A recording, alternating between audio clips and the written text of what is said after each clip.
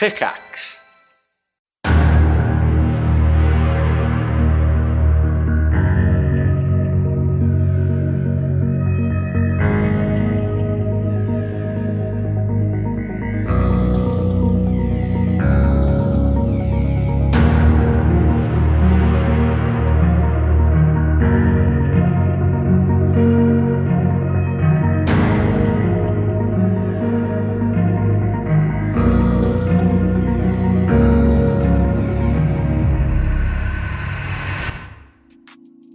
We are less than 10 patrons away from our next big Patreon stretch goal. So, if you want to see our lovely Jet Chambers, aka Vince Perino, throw on some incredibly short shorts and film a D&D themed workout series called Sweat with Jet alongside IRL Sebastian and Xander, you need to head on over to patreon.com/castparty. Sweat with Jet is the perfect way to stay in shape from the comfort of your own home. Not really, we're not licensed physical trainers, we're just here to have some fun and make some goofy videos, but they'll still be decent workouts if you want to do them.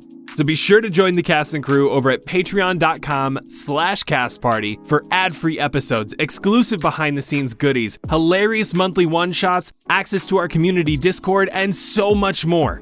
And yes, be sure to join the Discord while you're there. It is home to the greatest community this side of the TTRPG world. We host live listening parties with all of us for every single Cast Party episode, community-driven D&D games, live streams, hangouts, and game nights. Patreon.com/castparty. We hope to see you there.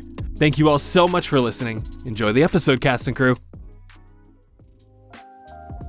Hello everyone, and welcome to Fables of Fendraeya, Arcanum. My name is Jose Polino, or at DM Jose P on all those fun TikTok social places and things, and I will be your director for today. Why did I say it like that? Blah. And I will be your director for today. I am joined by my lovely half of my adventuring party, cast and crew-ish. Hopefully they make it out alive. Begin with Ryan. Hi, yes, we're the lovely half. I don't care what the others are, but I'm just glad we're the lovely half. Hi, Ryan McManus. I'll be playing Rowan Fairisle, half-light of Selune, seeking to bring a sense of calm and comfort to those lost in the dark. You can find me on my personals at RideOnMcManus or running the Cast Party socials at Cast Party D&D, also now on Hive. And Annie. Hi, I'm Annie. I'm playing Rid, Gaslight Gatekeep Ghoul Boss. I'm Cantrip, Canne, on TikTok and Twitter, and maybe Hive if I cave. So last time we met, you two found yourselves in this very interesting setting as Hades himself took you, Rowan, and Rid on what essentially could be described as your past, physically manifesting in front of you, showing you, Rowan, a moment in your life that was so important to you that Hades just wanted to look at from another perspective to further understand why, in many ways, he didn't gain the favor of Selune. With that, you relive that night, were taken home. Saitya, even upon returning you to your home, gifted you the armor of the Half-Light. With that, you both were also shown different visions. You were shown a combination of visions with Kaimasora, Seven, Commander Adriant, missing pieces, fragments scattered.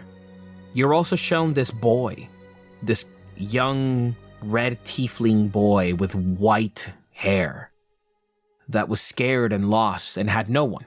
No goddess to protect him, no moon to kiss him or to shine his way in the darkness. He had nobody. But Hades, once upon a time, aided this boy and allowed him to change how he presented himself. To what extent does that go? Who's to say? But it gives you an insight as to what this mysterious figure of Hades is like, or was like. With that, Rid, Hades drew his gaze upon you. His interest with you is palpable. So sure enough, where we ended was upon the snowy mountain peaks of Elverath. Atop a snowy mountain where the wind carries a cold and unforgiving touch, the city of Elvirath stands strong. The castle itself, nestled at the base between two tall mountains that are kissed by clouds so frequently that the snow up there is laced with divine favors. Or, so the locals say. Red, you see it there in the distance, and you run. And that's where we pick up. As you're running through the snowy grounds that make up Elvirath, the castle is at a good distance from you. Rowan, watching Rid run up, beelining it towards the castle, will call out to her. Rid, slow down, hold on. Rid, hearing Rowan when she didn't think he was there, will stop and turn her head.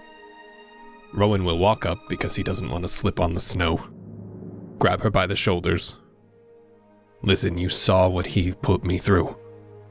You saw what he showed me. You see the things he can do and the things he can manipulate. I know this looks like home, but just remember it's in your head. He can do whatever he wants and he can show you whatever he wants. Just please, don't get carried away. I have no delusions of this being my home. I don't know, I saw something really weird, and I want to understand it. I want to know what he means by it. Don't let him take you. I won't. Behind you, Rowan, Hades. Oh, you have me mistaken. I only show what I am given. I don't control anything else. Truth is set upon this time, and I seek to understand that truth.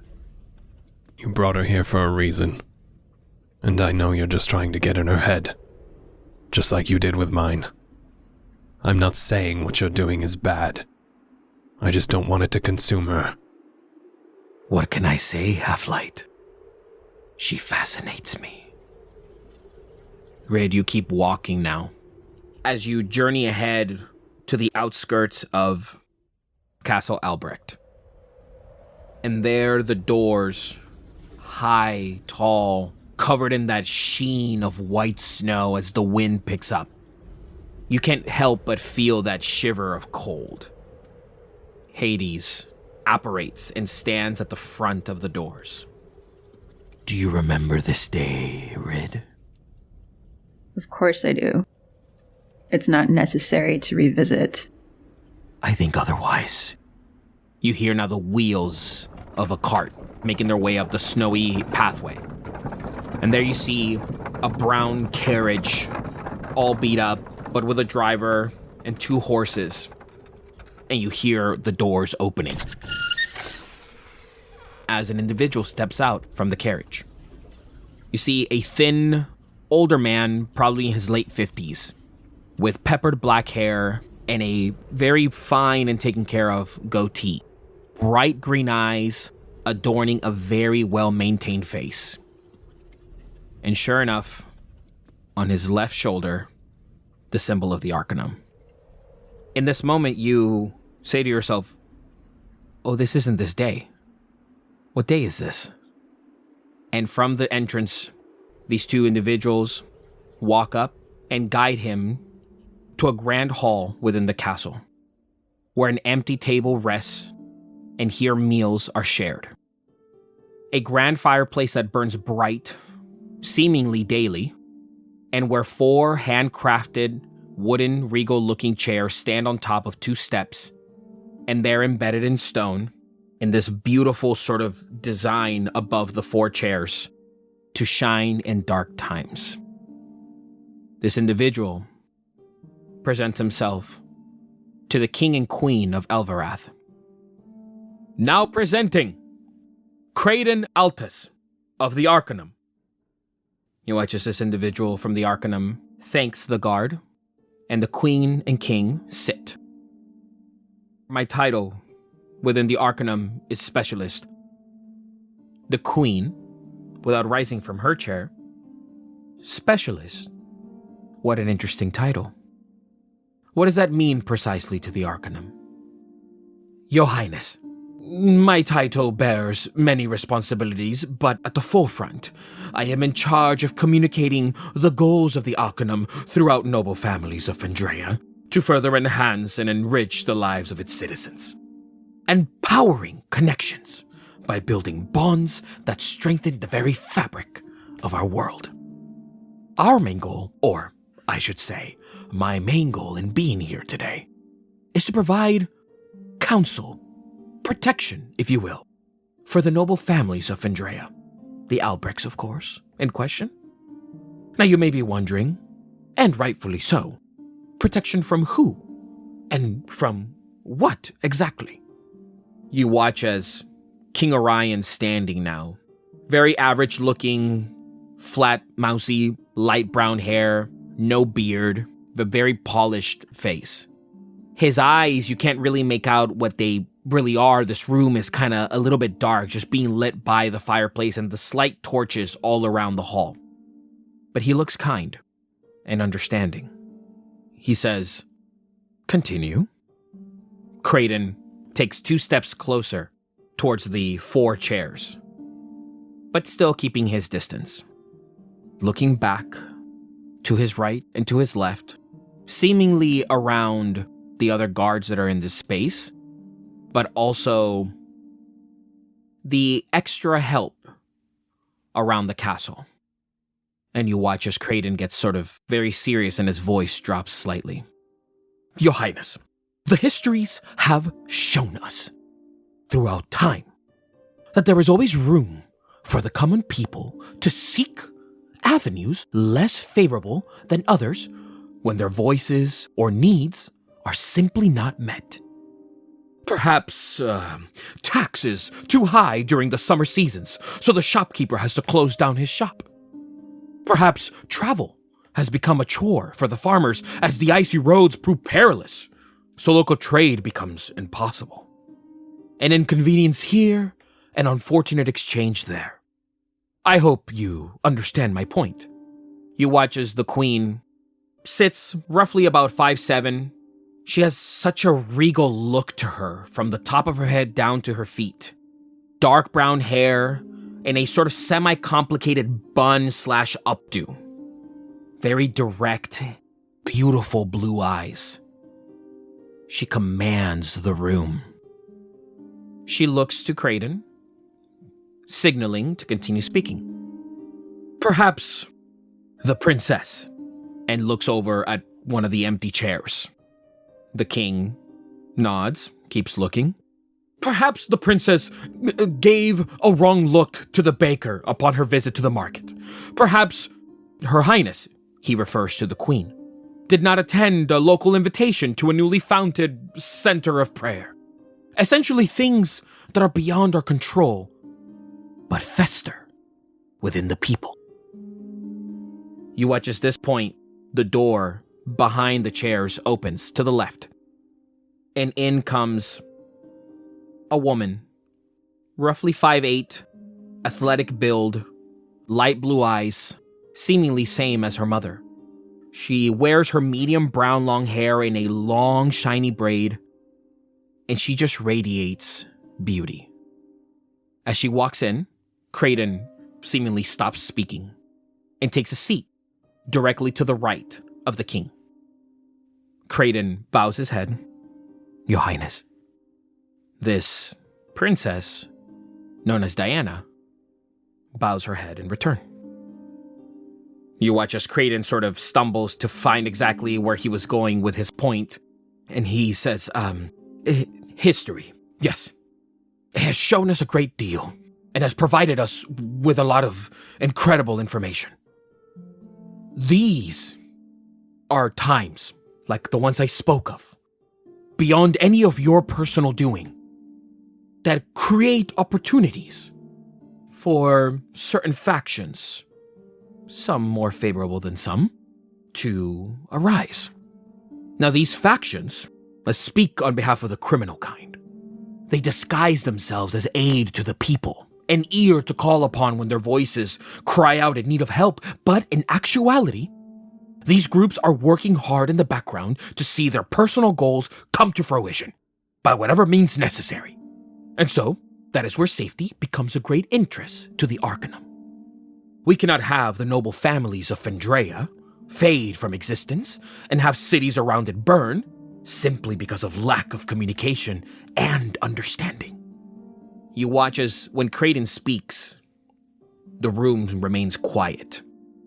King Orion, still standing, looks over to Queen Reyna and then looks back. The princess just kind of looking back and forth at her parents. King Orion says, "We understand your proposal, Kraden. But rest assured, the people of Elverath are wiser than your average sheep to simply follow in the songs of wolves. The people of Elverath have endured with us, the Albrechts, and in so, we endure with them. We thank you, truly, for your proposal. We thank the Arcanum." And just before he can finish talking, Queen Reyna steps in. "But as of now, we do not fear our people. We cater to their experiences and nurture their differences. We may have whispers here and there that are meant to frighten us, or worse, to instill something within our family line to get us to quake in our boots. But time and time again, our people have shown us where their loyalties lie." And you watch as she gets up. "We will brace any and every winter together, and we thank you, Kraden, Altus. Please, enjoy a warm drink and a meal. The journey back home can be quite long." And you watch as she immediately turns around to leave and passes in front of the king and stretches out her hand to the princess. The princess takes it, and you see that the princess kind of whispers something into the queen's ear. And then Kraden sort of, "I beg your pardon, your grace. I did not mean to interfere in any family affairs. I thank you." And he bows his head again. "But time is of the essence, and I must return. I can feel a storm beginning to creep over the mountains. A bit too cold for my taste up here. Thank you for your time. Perhaps, at a later day, I may take you up on that meal." King Orion says, "The doors of Elverath are open to any and every wanderer." In that moment, everything in front of you, Rid, freezes. Like if you just click pause on a movie. You see Princess Diana still whispering something into the queen's ear. You see the king speaking to Kraden. And you see Kraden beginning to turn to head out. The knights seemingly getting ready to escort him out as well. But the flame lingers in the fireplace, alive. Hades floats in front of it and begins to look around. What are you two doing? Rid's staring at Hades with her arms folded, waiting for him to say something with a challenging look on her face. Rowan has found a spot by the fire to try to warm up and is just onlooking. Arms folded, curious face. Hades, just sort of almost more fascinated by the fire at this point, looks to you, staring back at him. He stares at Rowan. And as you're all sort of like looking at each other, not sort of really subconsciously paying attention to the space around you, you hear a familiar voice, Kaimasora. And you turn around and you're back in the tower within Irimsal. Kaimasora walks with this tiefling at his side. A woman, taller, red skin, beautiful long red hair, vibrant, and two piercing silver horns that come out from her head. Do you think this is a good decision? Do you think we should be doing this? Kai, look at me. What does your heart tell you? What does you sometimes run too quickly at things? What does your heart tell you? It tells me that perhaps this is a good thing for Arborea. If you think that, then I think it too. You watch as she places her hand on his chest, barefoot just like he is. But whereas he had green and brown tethered robes, she has this beautiful, rich purple robe that just goes from the very top of her neck down to the bottom. As he stands there with Yggdrasil, the tree behind them, you hear a knock. Kaimasora looks over.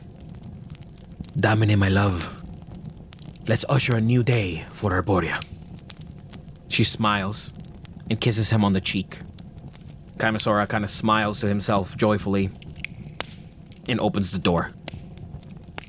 And there on the other side, 7. Hello. And peeking from the side, Commander Adrian. Was wondering what was taking you all so long. This is a beautiful place you got here. May we come in? You watch as Kaimasora looks over at Damine, nods, and they both enter. And you turn around now, and you're back in that same empty void space. You're not in Castle Albrecht, you're not in Irimsal, but the only thing that remains in this space is the fireplace from the Grand Hall within Castle Albrecht. Still very much alive.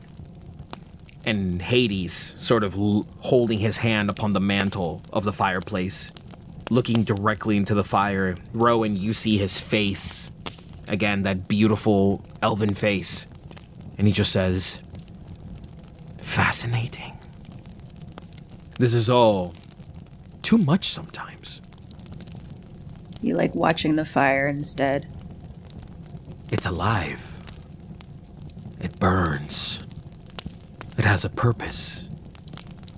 And when it meets that purpose, it fades, burns away. You hear lightning coming from the space before you, and heavy rain. You hear it almost as if you were inside of the hall again, but you're just in this empty space. And then you hear, Rid? Olga? Hades perches up from the fireplace and looks to you. Find her, Rid. Where is she? Rid rolls her eyes, but she tries to reach out along the connection in her mind to Olga. What do you say? Where are you actually? It's dark. The floor is wet. There's fire. I don't know. What are you? Is the floor wet where we are? Very much so. When you sort of like look around now that you're sort of like actively trying to look, you see what looks like just piles of snow from Elvirath that are just melting and creating these puddles in this space. Rid pulls out a lantern from her bag. She's never used this lantern before. She takes out an accompanying candle and lights it in the magic fireplace. She's assuming it's magic. And then she's going to put the candle in the lantern and hold it up to try to illuminate some of the darkness. You sort of hold it. Rowan, from where you're standing looking at Rid, you just see just honestly like the perfect halo of light that a candle would emit amongst just this vast darkness. Make a perception check for me. You know, you could help too, Your Majesty. Isn't this your whole thing? I might as well put this lantern to use, I suppose. Clearly better than yours. As I go off on the opposite direction, holding up the lantern, I'll try to assist her in her role rather than me rolling as well. I'll just try to illuminate the places that her candlelight can't reach.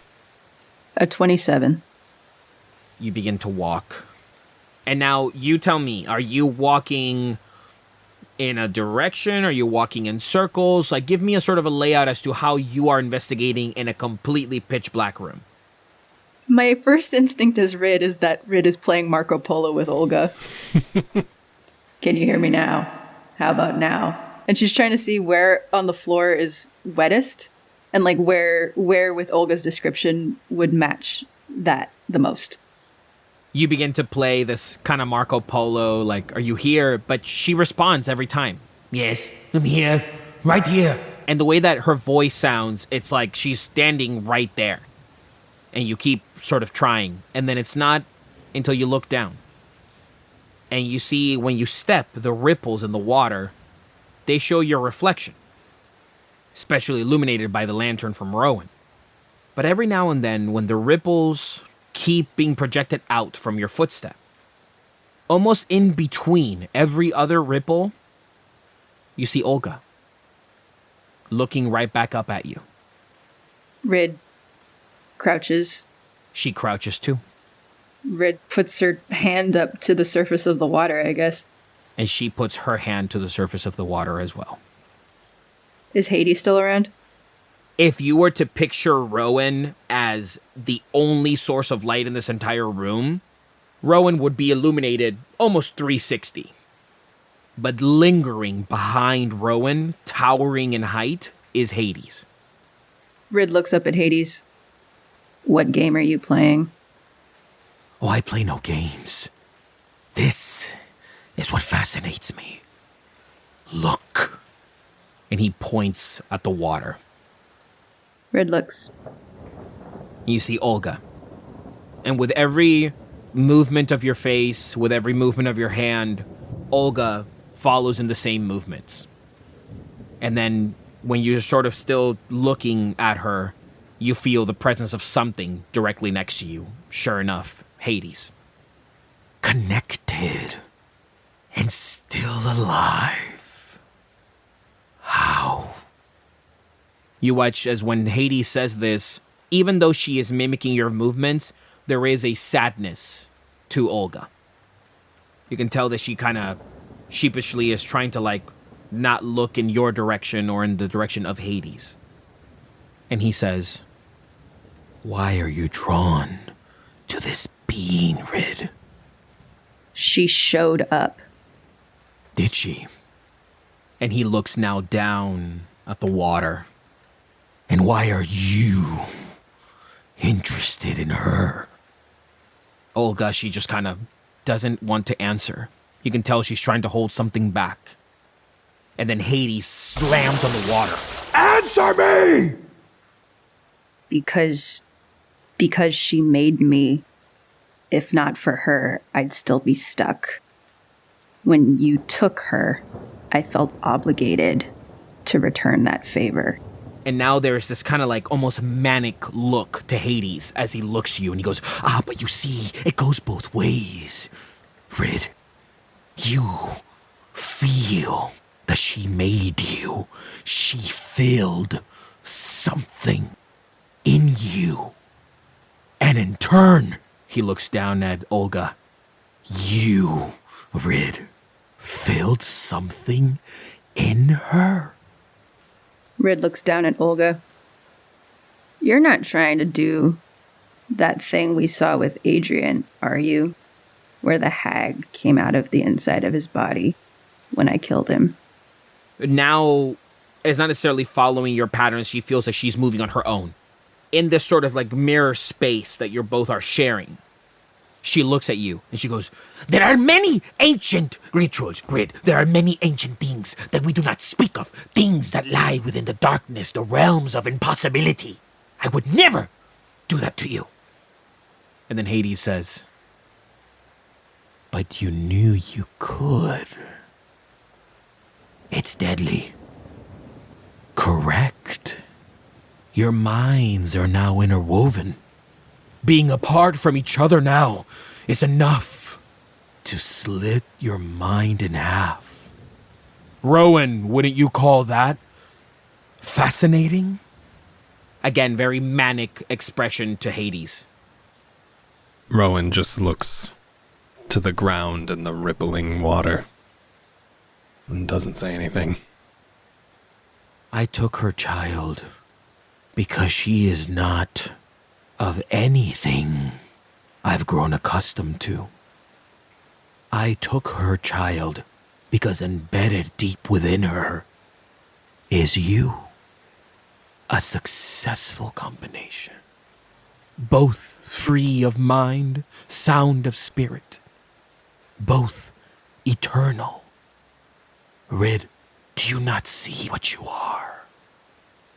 Rid looks at Hades. You sound like you want to enlighten me.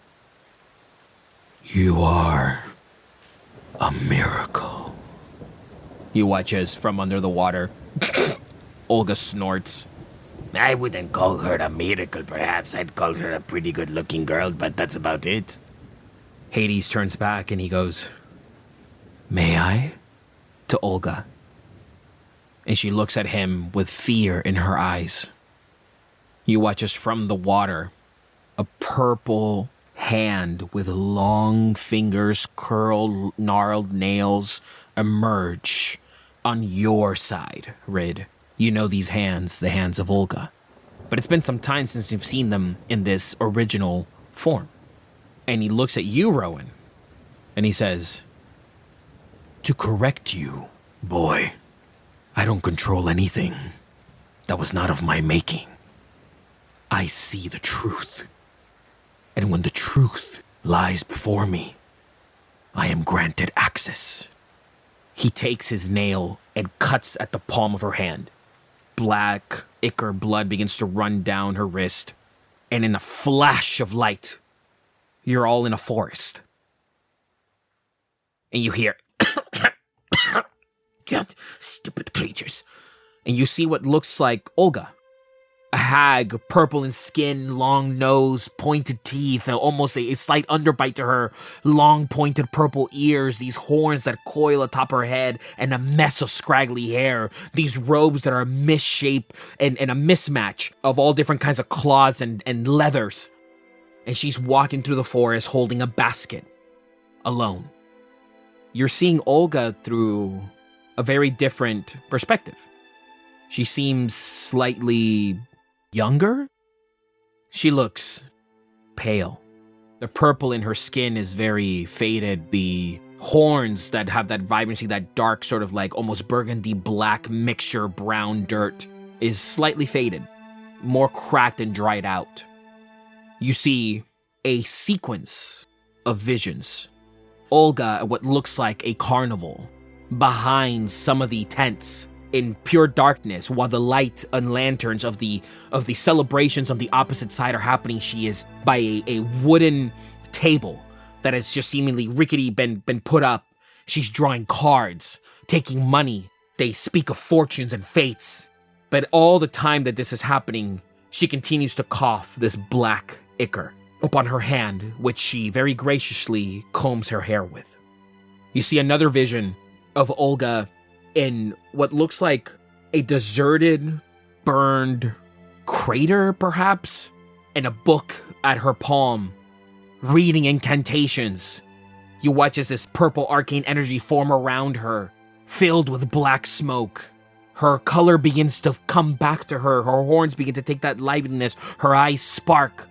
But then, when the incantation ends, her colors return to their dull form, and she coughs. Wretched thing! Doesn't work! She takes her book and slams it across. You hear the same lightning and thunder, and the heaviness of rain.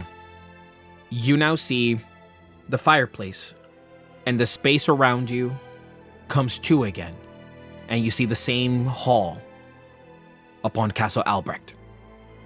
There you see King Orion, Queen Rhaena, Princess Diana, and another individual.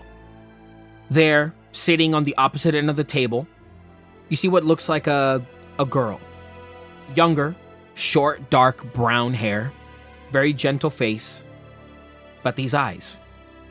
Very interesting looking pair of eyes, as she sits there disconnected from the rest of the dinner that is happening before her.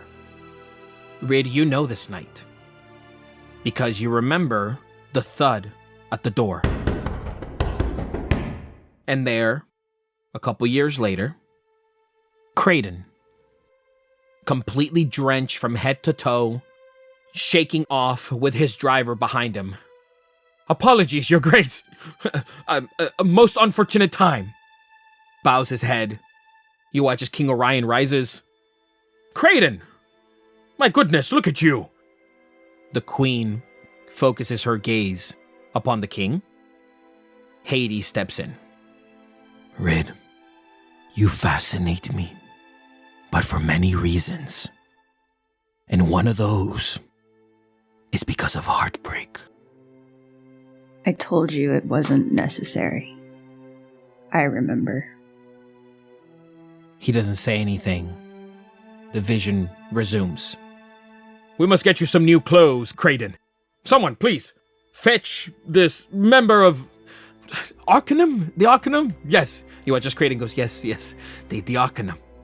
Fetch him some clothes. Get him warm. Enjoy a meal. You watch as the queen rises. It would be good for you, Kraden, to join us on this night. We are having a gathering. A noble gathering. Please, make yourself at home. Rowan, you see there is the king and he sort of leaves the room. The queen remains talking to the two girls that are on the table, the two princesses. All of the people around, the people who are working within the castle, other noblemen, noblewomen, they are all sort of like lounging around, telling tales and speaking and talking amongst one another.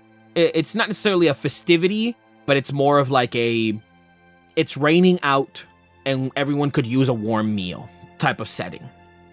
Rid is, with the same sort of wondering, curious, almost subconscious steps she used to approach Hades in the first place, is walking up to the table where the queen is talking to her daughters. Rowan would have found some sort of empty chair, at least close by, just to sit down and kind of take it all in. The fact that it's a memory, but also the fact that he's witnessing another royal family and how they act and how they go about themselves, whereas he has his own traditions and manners back home and everything. Just almost like a fly on the wall, just waiting to see what is going to be revealed. Hades glides in your direction. Do you see her? Which one? Rid? Wandering about? Yes, it's hard to miss when you're purple. No, you fool. And at that point, you watch as the princess gets up and she goes, Oridina! And in that moment, Rowan, you see the brown short hair princess turn, and the same eyes that Rid has, this princess shares. Rowan leans forward, hands on his knees, and hands clasped. In a confused look, just listens intently. Rid kind of whips her head around to judge Rowan's reaction and sees it and kind of takes it in and then focuses on what's happening in the memory. It's a very squinted eyes, pondering look. You watch as the Princess Diana gets up, and she goes, You got all over my dress! What am I supposed to do now? Oridina, how would you answer this night? Look, Your Majesty, if you're gonna be queen someday, you have to adapt to stuff. You watch as Princess Diana takes one of the knives and she points it in your direction. She goes, Oh, really? I'm gonna have to adapt. By the looks of it, it looks like you're unarmed. Oridina produces a knife from somewhere in her outfit and is like, I'm never unarmed. The queen slams her hands on the table. Girls, behave yourselves! Oridina can't quite conceal her grin as she slides the knife back wherever it was and assumes an overly proper sitting position at the table and is kind of trading an amused glance with her sister as she does so. Diana, trying not to smile, but she smiles as she presses her hands to her chest, takes a deep breath, finds her pose, and takes a seat. Apologies, Mother. Yeah, apologies. Surely after some time, Kraden comes in. Essentially, they bestowed upon him some fairly noble-looking regal clothes. And he stumbles into the room, his hair still sort of wet, the goatee, sort of like drying it out. And he's speaking with the king.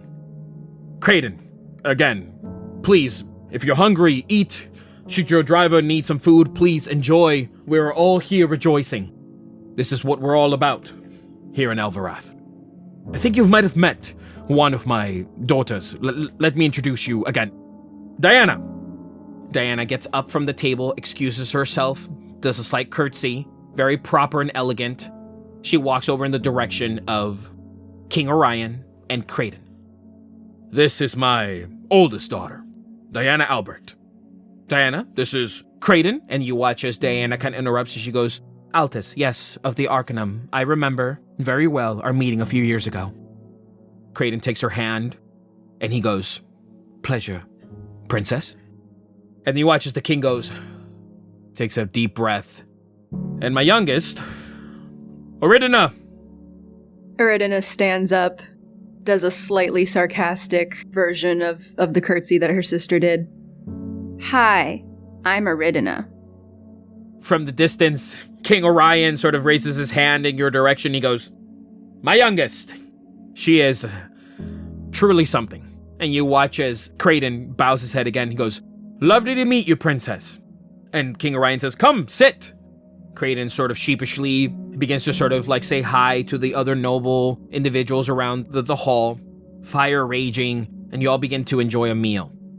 The part that you remember, Oridina, from this was how quickly things escalated. You remember that you were all enjoying having a dinner and talking. Creighton and your father were sort of talking back and forth about this, that, the other. Things happening around Fendraeya, different other cities that Creighton has been visiting where King Orion has gone. And you remember, though, very clearly, your mother sitting on her chair on the table, eyeing Creighton the entire time. She could not pull her gaze away from him. As Creighton takes a sip of his ale and wipes his mouth, I'm so thankful for all of you here. Really. And to think, last time we spoke of protection, but it looks like you have all the protection around you that you would ever need. You watch as King Orion, he goes, yes, I like to think we do.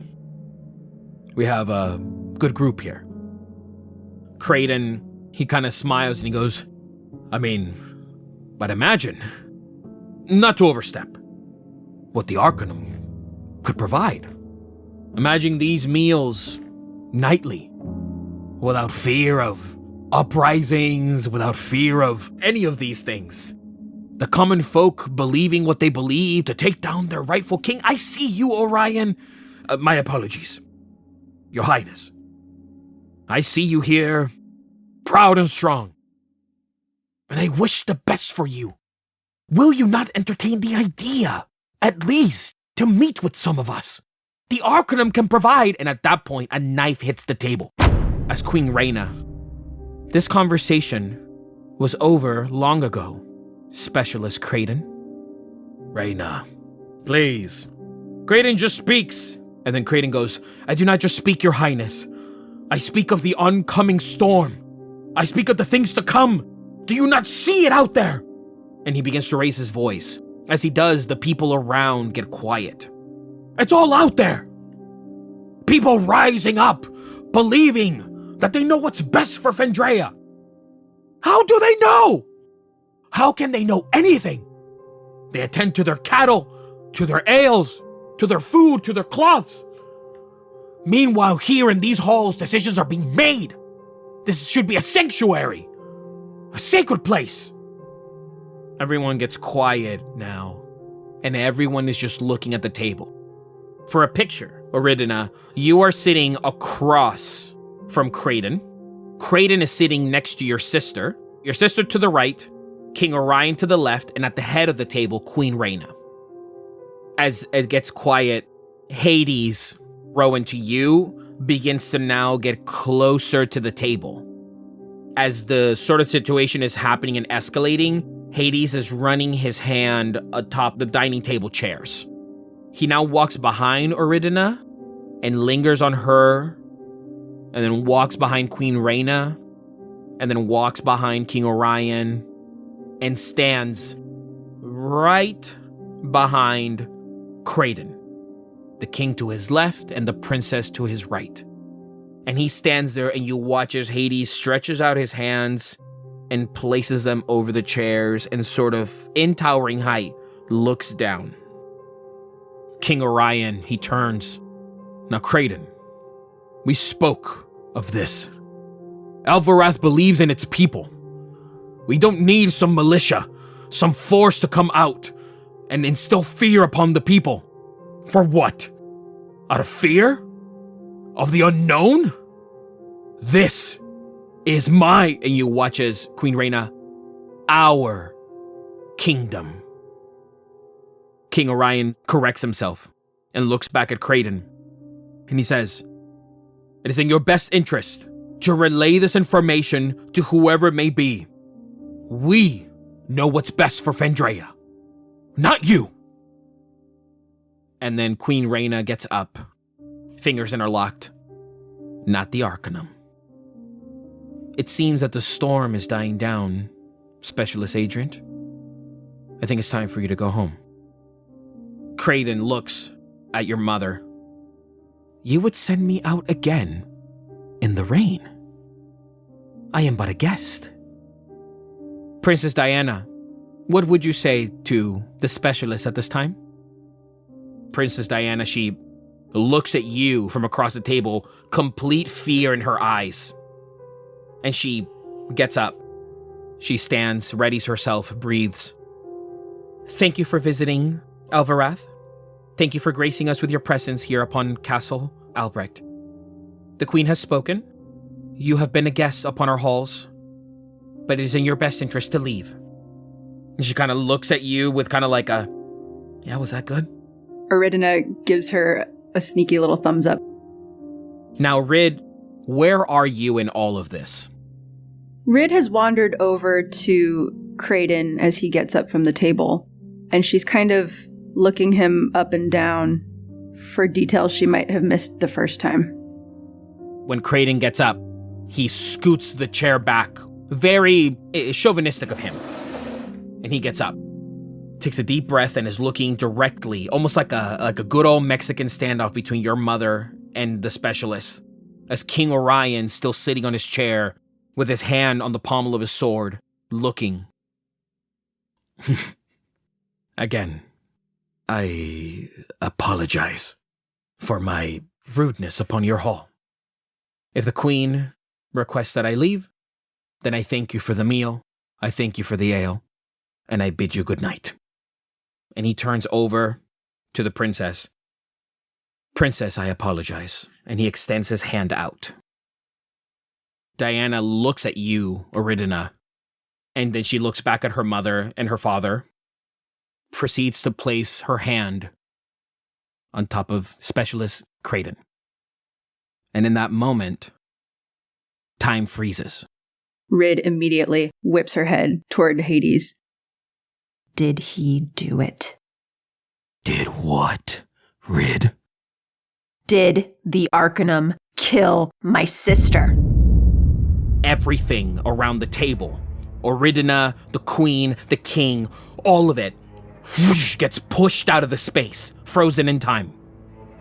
And Rid, you're just looking towards the specialist and your sister as their hands are about to touch. And you see it there. On the tip of Specialist Kraden's finger, this flash of light, black, consuming, about to prick your sister's finger. Rid doesn't think.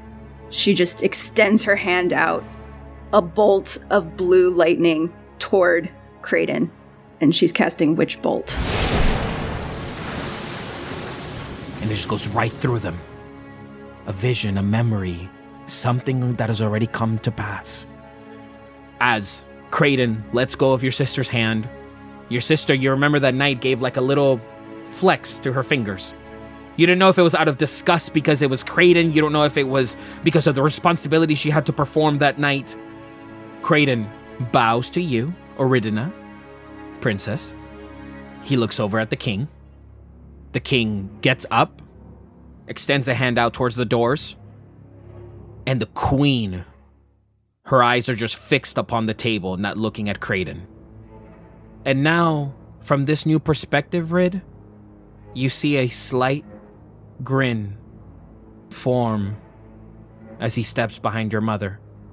Something you couldn't have seen that night, something your sister couldn't have seen. Many other noblemen around the space weren't paying attention to. The slightest of grins, and he begins to leave the hall and keeps walking into darkness. Rain still heavy outside. You see now as Kraden steps outside of the castle, the wind at an angle blowing the rain in his direction as he clutches onto his robes. He gives one look back to the castle, and you watch as the knights take his clothes and throw it onto the floor.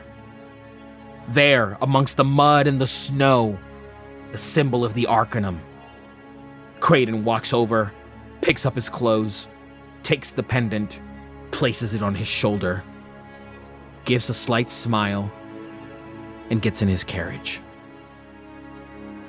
Rid stands there, seething, her hand still crackling with the blue lightning, her fingers black from the knuckle to the tip, like ink. And it fades slowly as she turns to Hades and Rowan. I'm going to kill him. Oh, but he died. He's long gone, Rid. Long gone. Then I'll resurrect him and kill him again.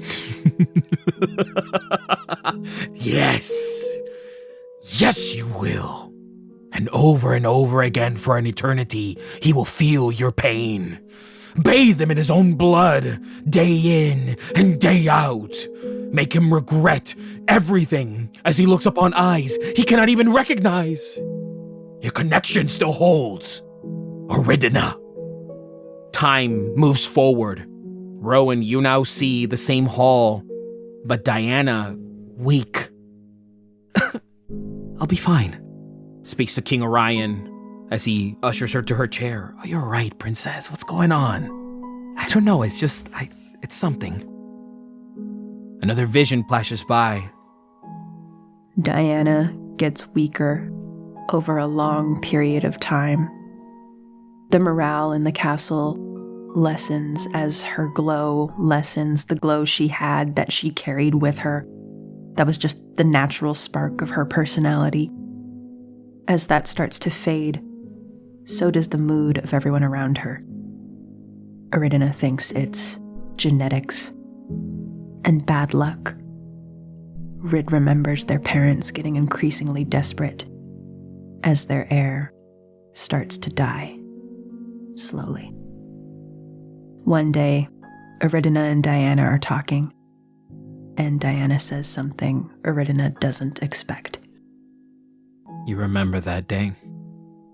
Your sister weaker as the days passed. Your parents growing desperate. Rowan, you even remember the Albrecht's call for medicine, for clerics, for anyone in the kingdom within Fendraeya that could answer this call. You remember hearing rumors of this. You, like many others, just passed it off as the winter season. Elvirath is cold. She'll be fine. She'll endure. But what remains in your mind, Rid, are the words, "Get out." Of the room? No. You have to get out. Of this house. Of here. All of it. After... You now see, clutched in her hand, a rag covered in blood that had these speckles of like dark, almost fungus it felt like, but it was just small. But it was very, very engraved in your head how different this sickness looked. You're not gonna die. You? You're not meant for this. You remember her voice being very frank. And there was something about you that day that kind of spoke to you. That feeling that you always had, knowing that this is the path that your family had laid out for them, but perhaps it was not the path for you. That thing in the back of your head that always cycled as your sister went to her ritual dancing practices, when she went to her history lessons, when she did all of the things that a princess is supposed to do. She wanted those things. But she knew for you, Rid, this was not it.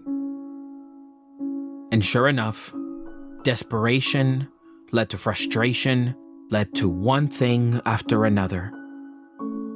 Hades from the fire reached in to the fireplace and clutched in his hands the hair of Olga as he begins to pull her out. And Olga screams, And that's where you come in.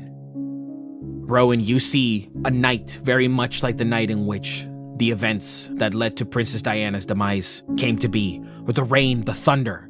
You remember this one, Eridina, the sound, the knocking. A knight running up to your father. King Orion, we found her. Bring her in. You watch as held in manacles, a hag, purple, long nose, withering horns, scraggly mess of hair, and a faded purple skin, stroll upon the Castle Albrecht. Okay, now listen. You all may know what you're doing, but you don't know what the... Ugh. Lets out this deep sigh as King Orion walks up. You, foul creature. You've heard our calls, have you not?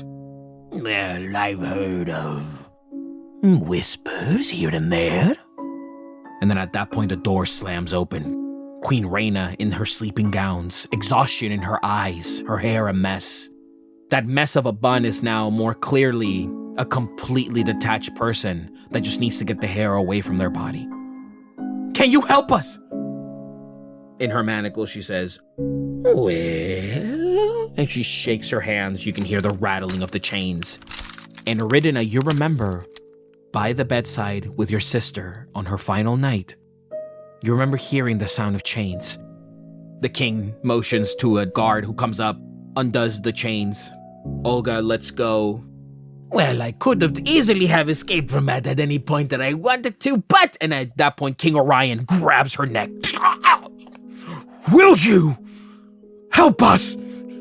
Clutching to the hand. Perhaps, if I can breathe. The king lets go.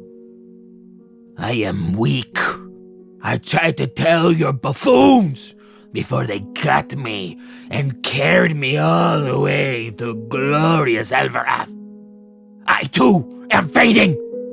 You nobles in your dining halls, your precious gold, thinking you can buy anything you wish to treat people as you desire. But not Olga! Queen Rhaena, she gets on her knees. Please, my daughter's dying. We've tried, and all we've been told is perhaps magic's not practiced within our realm of understanding could help. We're desperate. Fury in your father's eyes as he sees your mother begging to Olga. And you weren't in this room, but for the first time, you see what looks like an understanding come over Olga. And she looks over.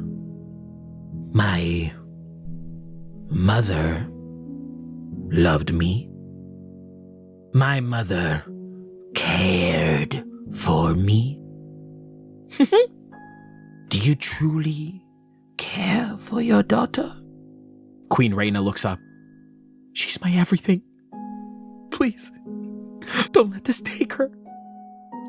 Olga walks up, places her finger on the side of your mother's temple, and she sort of begins to rotate it. And are you telling the truth? Queen Rhaena, I love my daughters more than anything. I will gladly give up my life for them. You watch as King Orion. Rhaena, what would you have me do, Orion? She hasn't got much time left. Olga looks over at Orion and looks back. My mother made me what I am. And she begins to play with her nail. And she twists it and gnarls it, almost like a fidget. Uncontrolled motions in her hands. And the nail pops off. And Olga places it in her hair. And I like to think that I am very unique. Okay, I will help. But first, I must see the child. Queen Reyna wipes the tears from her face. Aridina, was there anything you were saying to your sister before these final moments? In the state of weakness that Diana was in, it's like when something tragic happens and you have the inappropriate urge to smile. She found herself making too many jokes throughout the process. As the end started to come, she thought that the best thing was to shut up. So she came to her sister's bedside and held her hand and just was there without words for as long as she could be. You sitting there, Aridina, with your sister on her bed, her beautiful big bed. You remember going to her room, always being lit by the most perfect of winter days. You remember the smell of the room. You remember how the curtains came down in such a fashion, the fabrics that adorned the framing of her bed, the infinite amount of pillows that your sister liked, and how warm this room always felt. But tonight, it felt cold, very cold. And you hear the door slam open, and there, standing on the opposite side, Olga, with this manic, crazed look. Don't be afraid, child. Don't. Your mother and father called for me. Aridina had jumped to her feet and pulled that same knife out from somewhere when Olga came in. She looks behind Olga to see if her parents are there. You see as, within a second, your mother and father come up right behind, and your father sort of raises his hand to you. Aridina, it's quite all right. She might help. Rid slowly stows the knife away. You watch as Olga, she begins to come in on her side, like making her grand entrance into this room, not understanding the general atmosphere that's around her. She walks in and begins to twirl her wrists and her fingers. Ooh. You must be... And looks at you, Rid. the princess. Is it you? Do I look sick to you? Aridina gestures to her obviously sick sister in the bed. You watch as Olga grabs her hair. Instead of grabbing her skirt to curtsy, she grabs her hair and goes, apologies. And then turns to your sister. But in that moment, Olga's face got very serious. What do you feel, my child? Remember your sister? It burns from the inside. My vision comes and goes. I feel that I can't breathe, and my legs have no strength. Are you gonna stand there making noises or are you gonna fix her? Olga raises her hand and looks at you and she goes, I'm getting to it. Can I touch you, princess? You watch as Diana, in her sick state, nods, places the back of her palm on her forehead. Yes. And then she takes her finger and puts it inside of your sister's mouth. And you watch as Queen Reyna, enough of this! And then Olga, holding one ear and then placing her finger on the inside of your sister's mouth, takes it out and then places it inside of her mouth. Your line will die. Your towers and barracks and dining halls, all of it will collect dust and fade away. You watch as that moment, King Orion and Queen Reyna in shock. Now this sickness that has befallen your kin is... And then gets serious. A bit beyond my expertise. But nothing I haven't seen before. I can help you. And now for the first time, you notice that Olga coughs. And you remember now, that's right. Olga coughed that night too.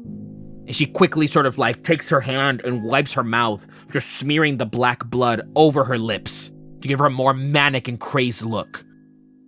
I can make this pain bearable. You can... No. And looks to you, Rid. Better yet, you will be assured. And then looks back to your parents. That with my assistance, I will make your noble name flourish and thrive with your daughter until the end of time. She's now looking at your parents. Your parents stand. Look at Princess Diana on the bed. Look at you, Rid. Almost on the opposite side of the room, clinging closer to the shadows. Olga looks to you, Rid. She will struggle. Oh, she will. And then looks at King Orion. This assistance I provide is quite special, but in the end, she will endure. And then just as your parents sort of exchange a look to one another, back to Princess Diana on her bed, her breathing started to sort of stutter. Queen Reyna, do it! It's already done. At that moment, all you hear is the coughing of Princess Diana on her bed. As she gasps for breath one last time, labored breathing, you watch as King Orion rushes to her bedside. You watch as Queen Reyna clutches her hand, and you cling closer to the shadows, Eridina. As Olga, it's already done! She throws her head back and begins to cackle. It is done! As a plume of black and purple smoke take over the entire room, your parents hold your sister as she breathes. One last time, she exhales. And in the corner, unseen, Eridina, you started to change. Rowan, you are now seeing Eridina in the darkness of this room, amongst the crying and the sadness. You saw Eridina change. You felt it, every bit of it, as it happened. The rounded curve of each ear splitting jaggedly into two at the top. The wild sprout of her hair racing down her back from where it had just curled just seconds ago at the nape of her neck. The bizarre prickling sensation as something stole over your skin, turning it pale to purple as it went. The same shade as that purple hag, Olga. You screamed. Rowan, it almost becomes too much. You're watching this girl in front of you snap bones. Her hands begin to curl. Her eyes dart up. Before you now, you see the Rid that you know. And then you hear the sound of screaming. The sound of shock. And with that, you were gone. You ran down the halls. And you couldn't even fathom what you were feeling. You felt that your insides were burning. You felt you yourself were about to crack. You felt that you were about to pass out, but every time you did, you cackled as you ran down the hallways, and then immediately followed by the sound of wailing and crying. The door slammed open to Castle Albrecht, and there, amongst the rain and the thunder, Fendraeya laid before you. What was on your mind, Rid? To get out. There was no way I could stay. I had to go somewhere. And you did. At the steps of the castle, Rowan and Rid, you see this past version of you run further and further into the night. Hades looks to you and he says, "You fascinate me, child, because you shouldn't be alive. You fascinate me because your love for your sister endured." What do you mean I shouldn't be alive? That should have killed me. A thought occurs to Rid, and she looks to find Olga. And you turn around and she is right there at the foot of the steps, looking at you sheepishly and scared. You were sick too. Was I your life support? Is that why you entertained this? I wouldn't recommend lying to me. For the first time, Olga is behaving almost like a child that's in trouble.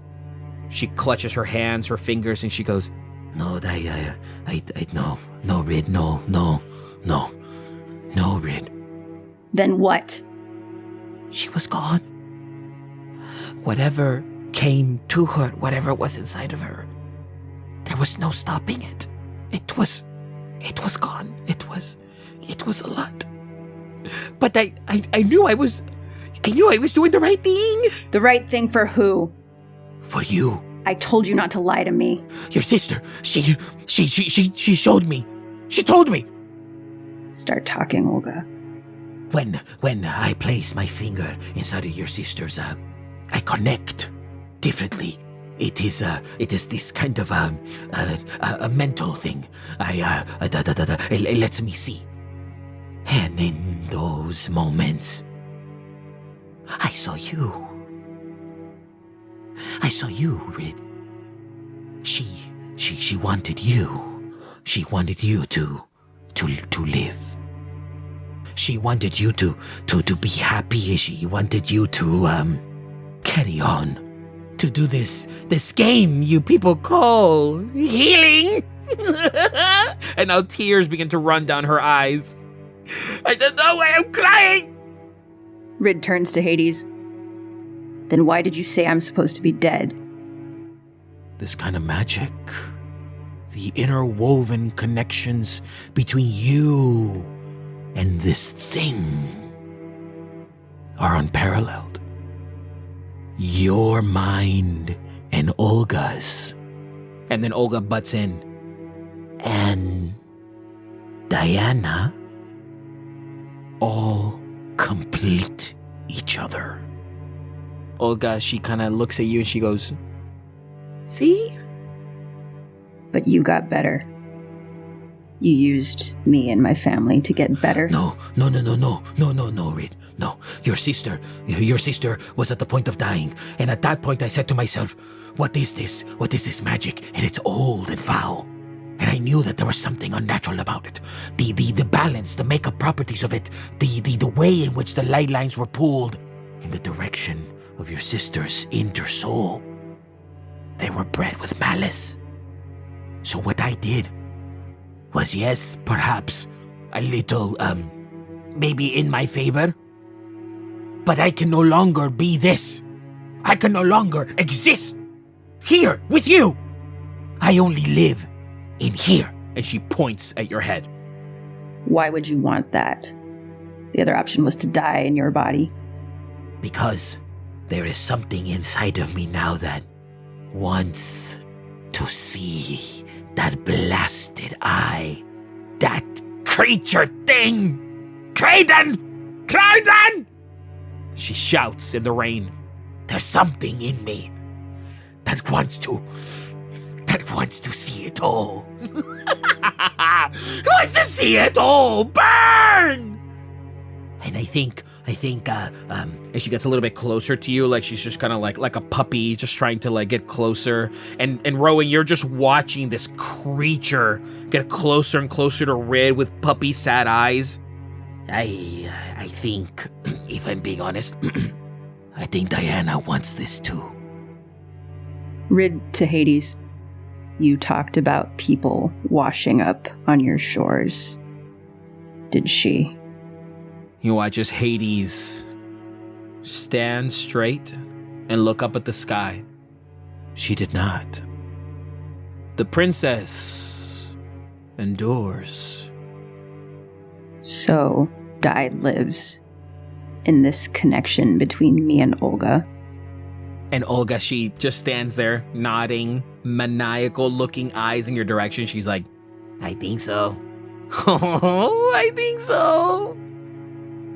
So when they pulled you out of my mouth, was that you and her? And why are you back? I think that was me. And looks over at Hades, and Hades goes, I believe you're all interconnected now. There is no ripping you apart. This is what you are. And when I pulled you to try to study you, I couldn't. Your memories were vacant. They were all laying dormant inside her head. So I needed you, Rit, to understand her. And in so, look at that. Understand the three of you. Where is Diana now? I do not know. Olga, she just takes her finger curled and cracked and she just points at her head. Rid's quiet for a moment, considering. And then she kind of turns her head half toward Rowan without fully looking at him and says, I would have preferred for you not to see this. You don't think I felt the same? Like I said, Rid, everyone has a past. We've all been through shit. I knew you did too. It doesn't define you. It makes you no different than the Rid I met a week ago. But it matters more than I thought, says Rid, looking at the place where Olga's touching her temple. This whole time, everything we learned about the hags, I thought it was fucked up, but I thought good. Because if this had been Diana, she would have felt as trapped in this form as I did in that house, but this is worse. I don't care how long it takes. I'm going to find a way to set her free. Hades looks at you and he goes, trying is noble. Executing with every ounce of your being, that is accomplishing something truly remarkable. You now see what befell. You see almost like visions, your family mourning over the passing of Princess Diana. You see mourning over the loss of you. Your parents went on a search to try to find you. But they knew themselves too that you were not meant for this life. They didn't want to push it. They didn't know what to do. They grew disillusioned with all of it. But in their sadness, you see what looks like understanding. You see newfound purpose. Your parents give up the throne in a ceremony where King Orion names the heir to the Albrecht castle, to Elverath. As time goes on, the banners change in your home. As the name sort of becomes visible to you, it sort of passes through your ears, through your head, and mentally passing by as you see these visions of time seemingly progressing on, now further than perhaps the time that you're currently in. Almost as if you were looking at the future. The name Einhart comes to mind. You see your father knighting Sir Einhart as the new heir to the Albrecht kingdom. It slowly fades. Your parents become more of counsel, advisors, eventually passing on. In happiness, buried there in Elverath amongst two graves, Diana Albrecht and Eridina Albrecht. Vindrian Einhart takes over as king of Elverath. And as Hades is showing you this and you're seeing the future, now it all becomes something that you know yourself you won't experience and you won't see. The line ends. The Albrechts, no more. Or at least from what they know. On a nice winter day, with the sun shining high upon Fendraeya, a brown carriage arrives, and another individual steps out. This time, not bearing the symbol of the Arcanum, but bearing another symbol. That of an eye with flames on the top lid. King Vindrian steps outside. It's been far too long. Come, rejoice with us. As this member gives a slight grin and steps inside of the castle. You see Kaimasora weeping at the bed of that red tiefling woman, crying. You see all of Kaimasora's kids, and as Kaimasora is holding the hand of this tiefling, crying, her eyes close, Kaimasora looks at them. Have you found him? The kids look back. Sorry, father. No. Kaimasora takes his hand and weeps into this tiefling, and he presses her hand to his forehead and he cries. The rain stops, and it begins to be quiet. You find yourself, both of you, on the same forest path of Arborea, where you encountered Hades, where you saw Faramore, where you witnessed Alvarath, but it's just forest, it's just Arborea. And Hades stands there and looks at the two of you. That's a good bargain. You must thank your friend for me. Plume of smoke, and Hades disappears. And you're both standing there, alone, looking at each other. Rowan, with a look down at the ground. I'm sorry for what the Arcanum did to your family. Me too. I'm gonna need you to give me a very good reason not to kill Zue when we see her again. The beginnings of tears at Rid's eyes before she angrily swipes them away with the back of her wrist. I don't understand how she could ally with those people. She had to have known something. She's been lying to us about her entire personality, her entire being. Everything about her has been a lie since the start. Who's to say she's not aligned with Ilionas, and they both sent us out here to fucking die? I have to believe that some of it was real. You knew her better than I did. I will go based off your judgment. I just need a damn good reason. When I pressed her hand to the book, I'd never expected to find everything that we did. I thought it was just going to be Arcanum or no Arcanum, and I thought it was going to be some kind of file that Ilionas had and she didn't know, but she knew. I don't know if I have a good enough reason for you, but we have to at least get her side of the story. I know we saw what we saw, but we have to try. God knows Hades probably going to put them through hell just like he put us through it. And at least 5 will be there to hopefully bear witness to Zue's past. And if that moment was just as impactful as ours, maybe it'll give us some semblance of an answer. But until then, I just can't be sure. I do have one reason. She gave us time. She can't be all bad if she did that. I think you're right. And I really want to believe that she is just playing the fool in all of this.